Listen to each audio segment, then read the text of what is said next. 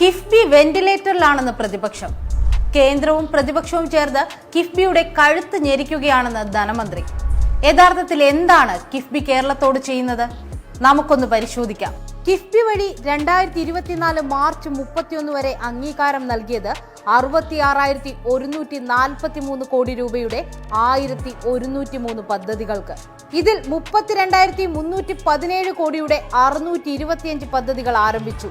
25,350 കോടി രൂപയാണ് കരാർ തുക.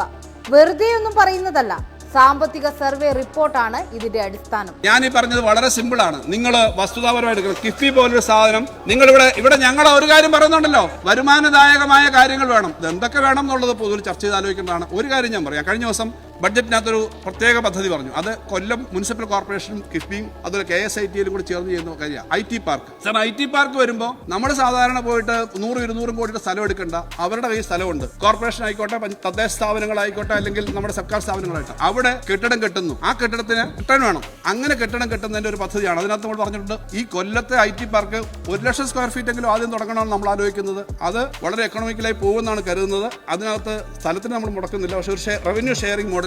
അത് സക്സസ്ഫുൾ ആയാൽ 100 സ്ഥലങ്ങളിൽ, നിങ്ങളുടെ ഓരോ മണ്ഡലങ്ങളിൽ ഉൾപ്പെടെ 100 സ്ഥലങ്ങളിൽ വരുമാനദായകമായ 10, 100, 200 കോടി മുടക്കുന്ന പദ്ധതി കിഫ്ബിയുടെ കീഴിൽ കൊണ്ടുവരുന്ന പറഞ്ഞത്. അപ്പൊ ഇപ്പൊ പറഞ്ഞതിനകത്ത് നിർത്തുകയല്ല, ഇനിയും ഒരു 10, 10,000, 20,000 കോടി ചെലവാക്കുന്ന തരത്തിലേക്ക് കൂടുതൽ ഇക്കണോമിക്കലി വയബിൾ ആയിട്ടുള്ള കാര്യങ്ങൾ കൊണ്ടുവരും. സംസ്ഥാനത്ത് ഏറ്റവും അധികം പദ്ധതികൾ കിഫ്ബി നടപ്പാക്കിയത് പൊതുമരാമത്ത് വകുപ്പിന് കീഴിലാണ്. 32,379 കോടി രൂപയുടെ 500 പദ്ധതികളാണ് നടപ്പാക്കിയത്. പൊതുവിദ്യാഭ്യാസമാണ് ഏറ്റവും കൂടുതൽ പദ്ധതികളുള്ള രണ്ടാമത്തെ വകുപ്പ്, 151 എണ്ണം. 3,136 കോടി രൂപയാണ് കിഫ്ബി ഇതിനായി ചെലവഴിച്ചത്. ഇതിൽ 105 എണ്ണം ആരംഭിച്ചിട്ടുണ്ട്. ആരോഗ്യ വകുപ്പിൽ 6,185 കോടിയുടെ 86 പദ്ധതികൾക്ക് കിഫ്ബി അംഗീകാരം നൽകി. ഇതിൽ 57 പദ്ധതികൾ ആരംഭിച്ചു കഴിഞ്ഞു.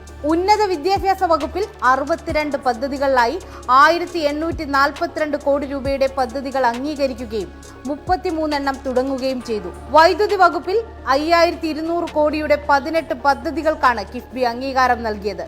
14 എണ്ണം ആരംഭിച്ചു. ജലവിഭവ വകുപ്പിൽ 6,875 കോടിയുടെ 98 പദ്ധതികൾക്ക് കിഫ്ബി അംഗീകാരം നൽകി. ഇതിൽ 90 എണ്ണവും ആരംഭിച്ചു. ഭരണ പ്രതിപക്ഷ വ്യത്യാസമില്ലാതെ നാടിന്റെ എല്ലായിടത്തും കിഫ്ബി വികസനം കൊണ്ടുവന്നു.